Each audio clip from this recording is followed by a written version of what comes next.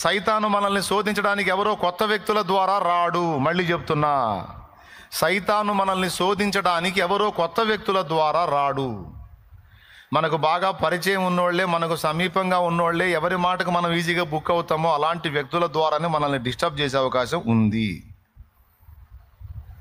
అంటానికి హవ్వది ఒక సాక్ష్యం. హవ్వ ఉదంతం. భూజంతువులలో మిక్కిలి యుక్తి కలిగింది సర్పం. ఈ సర్పం తెలివిగలది, చురుకైంది అని హవ్వకు కూడా ఒక అభిప్రాయం ఉంది. మిగిలిన జంతువులన్నీ చూసింది, సర్పాన్ని చూసింది, అది చాలా చురుకైంది, తెలివిగలదని హవ్వకు ఒక ఫీలింగ్. ఈ సర్ప సహవాసంలో చిన్నగా అప్పుడప్పుడు ఈ సర్ప సహవాసంలో వ్యవహరిస్తుంది హవ్వ. ఈ సర్ప సహవాసంలో హవ్వ ఉందన్న సంగతి వాడు చూశాడు. చూసి చిన్నగా సర్పంలోకి ఎంటర్ అయ్యాడు. మరి వాడు సర్పం ఏమేమి మాట్లాడుకున్నారో, ఏం ఒప్పందాలు చేసుకున్నారో, మొత్తానికి సర్పంలో జొరబడ్డాడు. సర్పంలోకి ఈడు జొరబడ్డాడన్న సంగతి హవ్వకు తెలియదు. ఆ పాత సర్పమే కదా, నా మాజీ ఫ్రెండే, మా ఎప్పటి ఫ్రెండే కదా అనుకుంది. ఫ్రెండ్ మాజీ అయిపోయింది, ఇప్పుడు కొత్త ఫ్రెండ్ ఎంటర్ అయ్యాడన్న సంగతి తెలియదు. ఇక నోరు తెరిచి సర్పం మాట్లాడుతుంది. ఇది నిజమా? ఈ తోట చెట్లలో దేని ఫలమునైనను తినవద్దని దేవుడు మీకు చెప్పాడా అని అడిగింది. అంటే చెప్పాడని దానికి తెలుసు.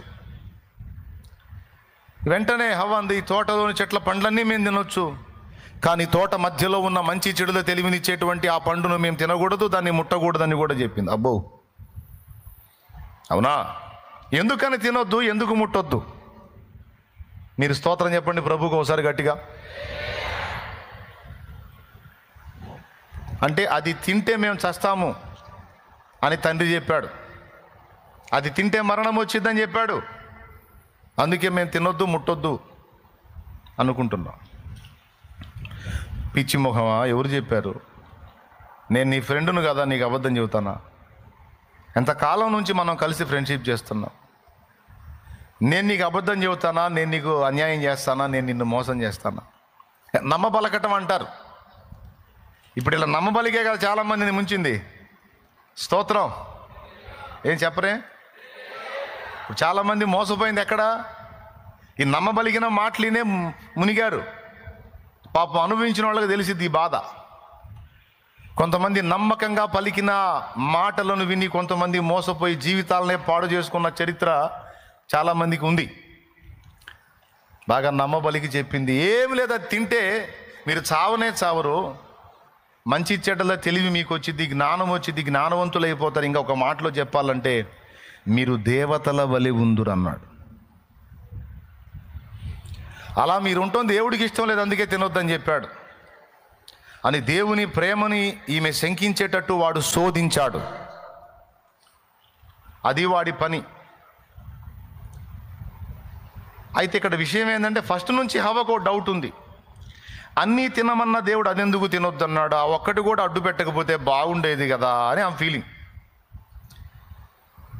ఆ పండు చూసినప్పుడు ఇది ఎందుకు తినొద్దన్నాడు? ఇది ఇంత బాగుంది, ఇంత అందంగా ఉంది, చూపునకు రమ్యంగా ఉంది, ఇంత బాగున్నదాన్ని ఎందుకు తినొద్దన్నాడు? దీనివల్ల వచ్చే మేలేదన్నా మాకు రాకుండా కొంపదీసి దేవుడు ఏమన్నా ఆపేశాడా? నేను చెబుతున్నా, ఎవరికైనా దేవుని విషయంలో అనుమానం అనేది వచ్చిందంటే దయ్యం చొరబడిద్ది. మళ్ళీ చెప్తున్నా, దేవుణ్ణి ఎరిగిన వాళ్ళకు కూడా చెప్తున్నా, ఎప్పుడైతే దేవుని విషయంలో నీకు అవిశ్వాసము ప్రవేశించిద్దో, అనుమానం ప్రవేశించిద్దో,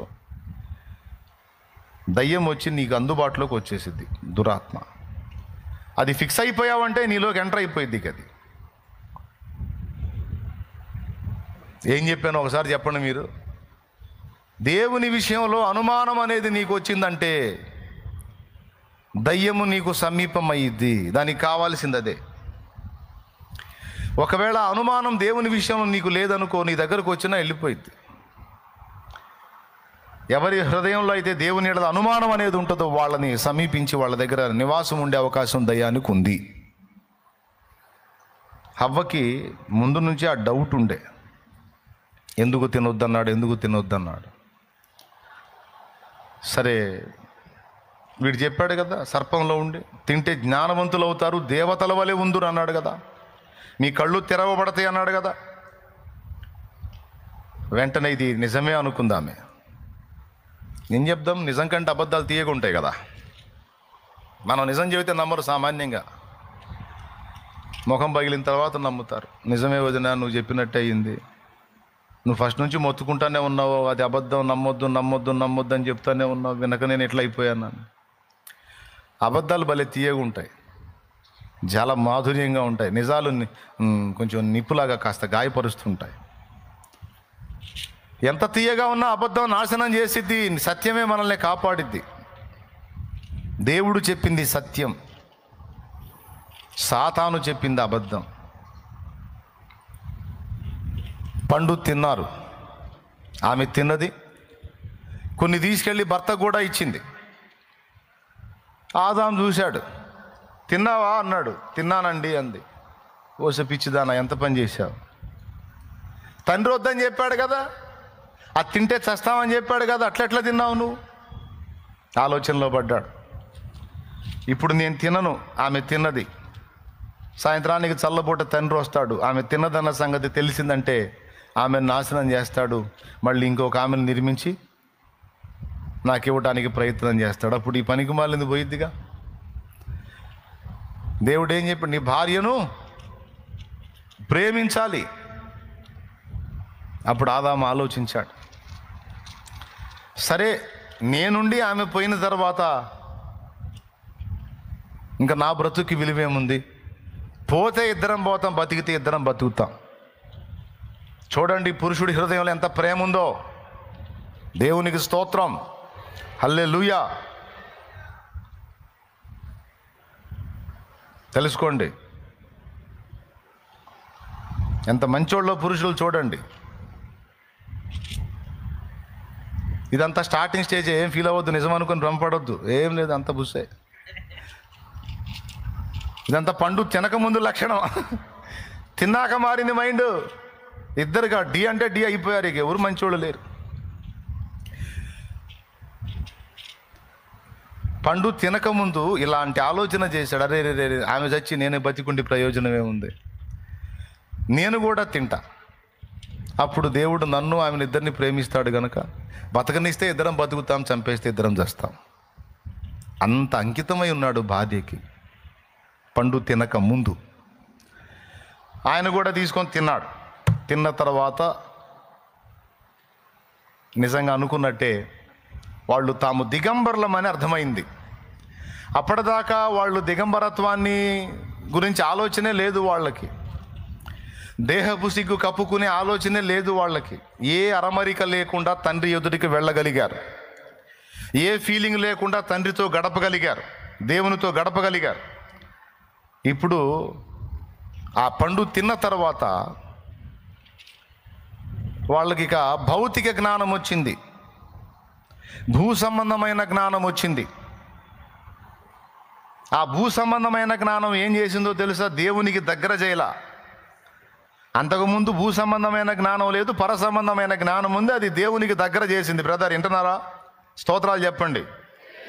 దేవునితో వారు, వారితో దేవుడు ఇద్దరు ముఖాముఖిగా కూర్చొని మాట్లాడుకున్నారు, తల్లి పిల్లల్లాగా, తండ్రి పిల్లల్లాగా.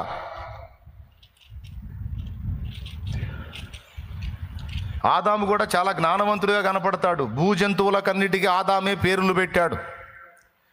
వాటికి ఆదాము ఏ పేర్లు పెట్టాడు అవే ఆదాము పెట్టిన పేర్లే స్థిరమైనవి అని ఉంది బైబిల్లో. అప్పుడప్పుడు చిన్నపిల్లలు తెచ్చి పేర్లు పెట్టమంటారు. జ్ఞానవంతుడు ఆదాము. ఆ జ్ఞానమును బట్టే హవ్వ నశించిపోయే అవకాశం ఉంది కనుక ఆ మరణాన్ని నేను నా మీదకి కూడా తెచ్చుకుంటే మా ఇద్దరిని బట్టి దేవుడు వేరే దారి చూస్తాడని ఆలోచించిన వాడై ఆ నిర్ణయం తీసుకున్నాడు. ఇదే పని యేసయ్య చేశాడు తెలుసా మీకు? పాపిష్టులమైన మనము భార్య స్థానంలో ఉన్నాము, పరిశుద్ధుడైన ప్రభు భర్త స్థానంలో ఉన్నాడు. నీకు తెలుసా? మనకొచ్చిన మరణాన్ని తన మీదికి తీసుకొని తన మరణము ద్వారా మనకు రక్షణ కలిగించాడు. తన మరణము ద్వారా మనము శాశ్వతంగా బ్రతకడానికి అవకాశం ఇచ్చాడు. ఈ యేసయ్య లక్షణం ఆదాములో కనపడుతుంది చూడు, అక్కడ పండు తినకముందు. అంత జ్ఞానవంతుడు.